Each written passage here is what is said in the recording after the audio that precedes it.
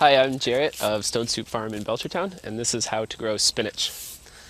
Spinach is a cold-loving crop, and it's best to plant in the spring or in the fall when it will likely experience freezing or near freezing temperatures.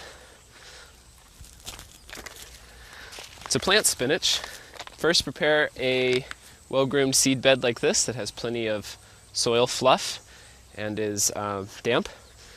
The easiest way to plant spinach is to have a common garden seeder like this, where you can put the spinach seed in the hopper, and you just go ahead on a well-prepared surface, and the seeder will automatically dump seeds at the right spacing, right in a row like this.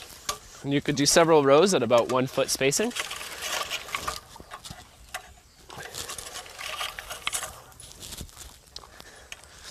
Make sure to water that in and keep it weed-free throughout the season. And the spinach should come up and be ready to harvest in about 6 weeks.